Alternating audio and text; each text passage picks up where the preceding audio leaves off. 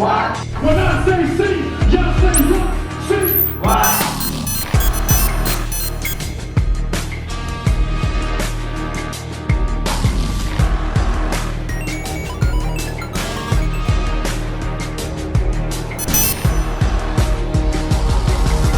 It all started out playing ball.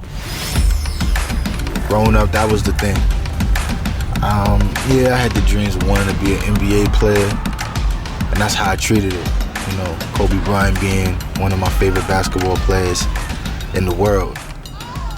If you came to school arguing with me about Kobe, it's gonna be a long night for you.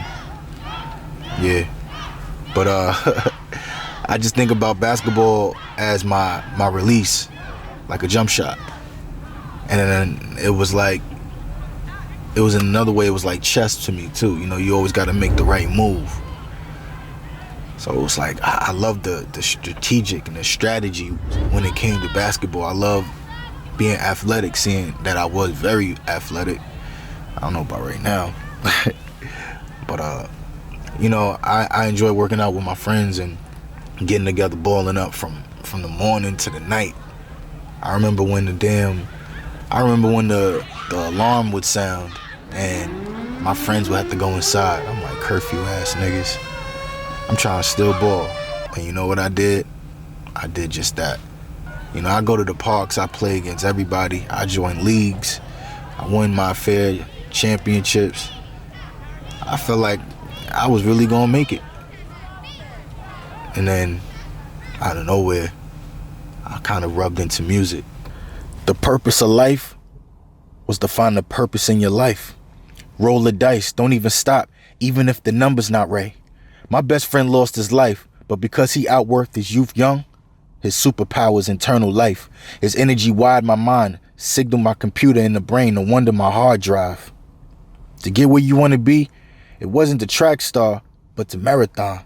Lead with the speech, with the reach like Louis Farrakhan. Skills kept me focused, like I popped the Adderall. I social distanced before COVID in school. I was considered the popular oddball because the drip they wear couldn't outmatch the unique technique my mind sold.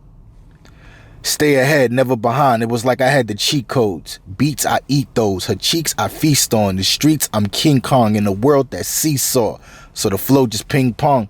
But miss me with the back and forth. The masters didn't want to teach us, but our eyes seen it all. People are not loyal to you like a hungry shark. So what makes you think I'll sit around just to jaw? Talented like a globetrotter. Double up like I am one. Live for my legacy.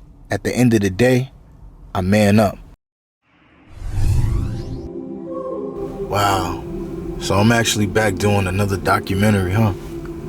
It's a beautiful thing when you're able to make that time to document something that's going to live on forever.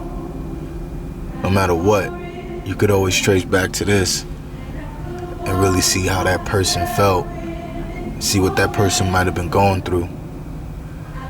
And sometimes we don't need nobody around us for this discussion to go back and forth with. This isn't a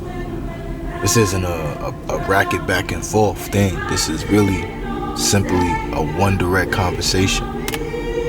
Me to the world.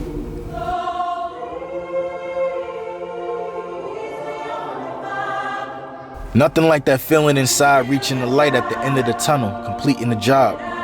Sometimes it's not about the money, but the journey that made you come alive.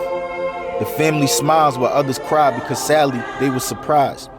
Reaching a level so high, I should start my own weed supply. Success should be measured not by others, but what you, the creator, defines.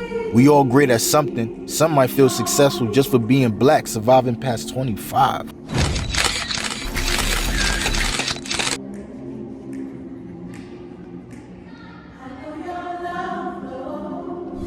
Photography. This is one of my favorite chapters. It was a point in time where music saved me. You know, I needed to get my voice heard. I needed to get my thoughts out. I needed something to vent. And photography was the switch up. I never was a fan of photography. I didn't care about a camera. I'm not even in my yearbook pictures.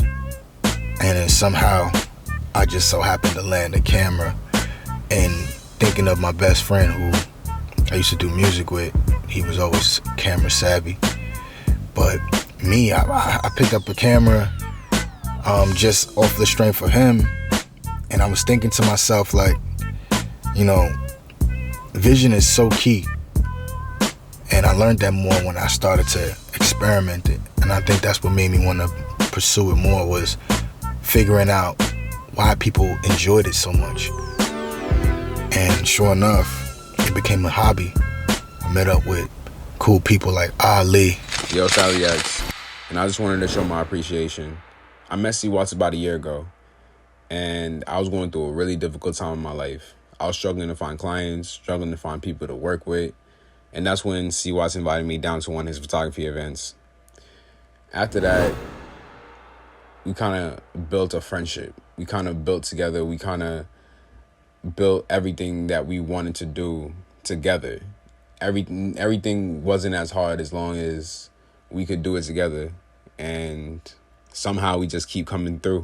And it's like with photography, and it's all about, you know, things that you find amazing to capture and save those moments forever. You know what I'm saying? So it's like, when I got that in my system, all I wanted to do was just take pictures. And when I realized how good I was, and then how great I became from studying and spending long hours and just, you know, day and night, who would have thought I done spent thousands and thousands of dollars on camera equipment? If you really think about that, you spend thousands of dollars on something that in the beginning you never cared anything about. It's crazy. But photography will always hold a warm place in my heart, because it was my savior. It was my peace. It was something that helped me when I had nobody to help me just clear my mind and do something productive, instead of be inactive and just, you know, result into just foolishness. So photography, I thank you. One thing I learned in life, you can never bring somebody up if they don't want to go up. You can't. No matter how good you think you are, no matter how much you want to tell them, you can help them. If they don't want to go up, there's nothing you can do. But the reverse is not true. Somebody bad can bring a good person down. Because the negativity in the world is much, much stronger than the positive sometimes. And the negative people can bring you down. So I stay away from negative people. I just walk away from them. Oh yeah. It's time for the venting chapter. And like, this ain't even a game. Like, this is straight up from my heart, how I feel all day. And I'm sick and tired of just holding my emotions and my feelings in. You know, like, enough is enough. I don't care about the next person in a way where I have to suffocate myself because they think what I'm saying is too harsh, or they feel like, oh, I'm too raw. No, this is who I am. The same way you love me be the same reason you gonna keep loving me, because I stayed who I am, and I won't change for nobody. I feel like a part of the main reason I don't surround myself around just anybody is because it only takes one person to deflate your whole universe.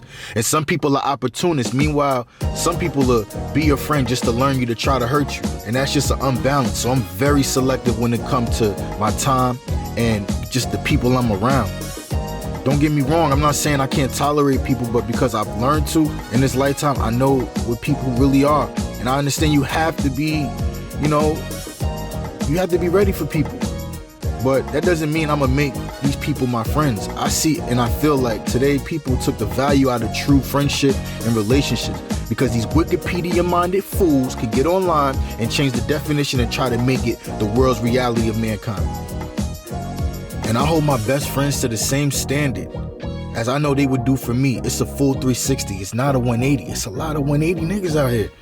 It's a lot of 180 females out here. Nah, man. Bring that shit around.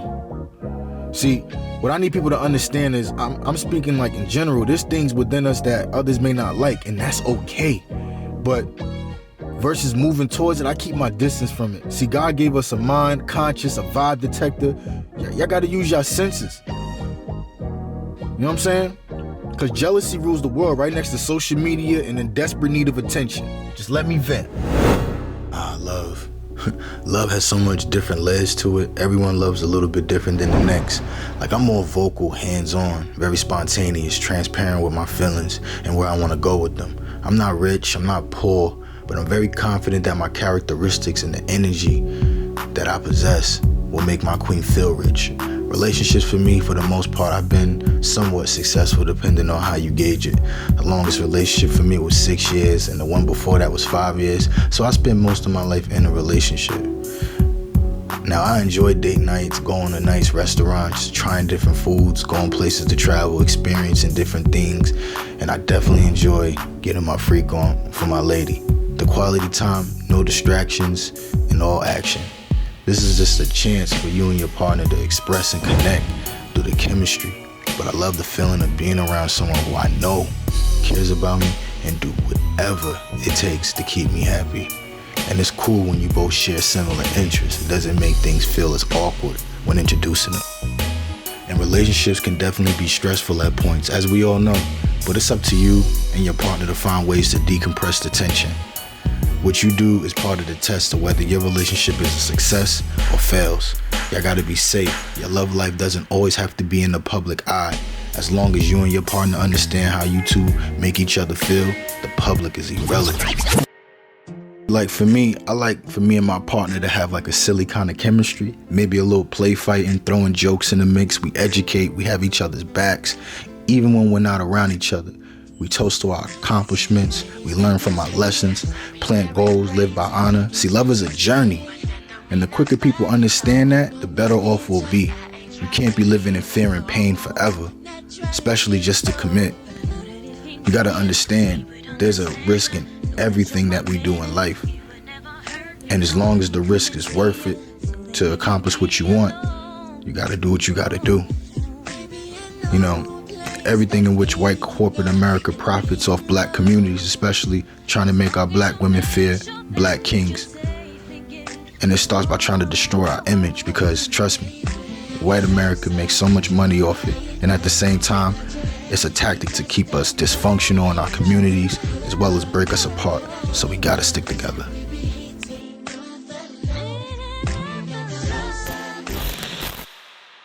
Like, what's that main thing for you? As far as what, like, to hit the top. For me, honestly, I don't want it to be just looked at just for one thing. I want you, when you look at me, you look at entrepreneur, you know what I'm saying? You look at a person of wise words. I want it to be just multiple things that you see me doing. I don't want to be just attached to one thing. We live in a world where it's your access to everything.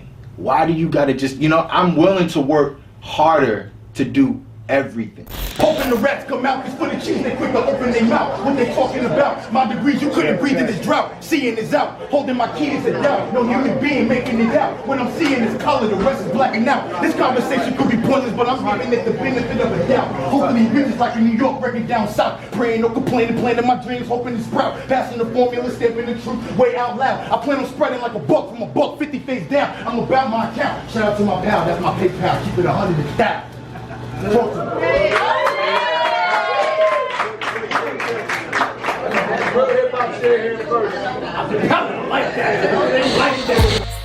Music helped me channel my thoughts into a world not many could reach or dream.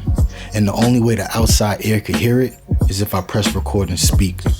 I wrote my very first rap when I was in 5th grade, and I won my first award in music in 5th grade.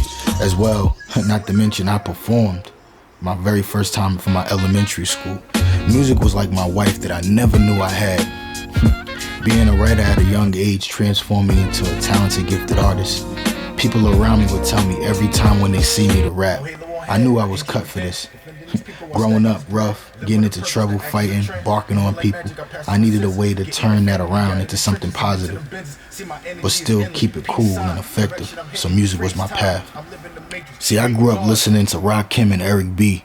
That was actually my very first CD I ever had, and it was given to me by my uncle. I studied Nas, Mos Def, Lloyd Banks, D-Block, Dipset, Jay-Z, Big L, The Roots, DMX, Common, 50 Cent, But I also was introduced to jazz, rock, R&B, classic music.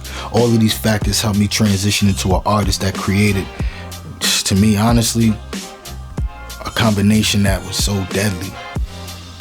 And I knew that once I started to master my craft. You know, I would rap battle, perform at talent shows.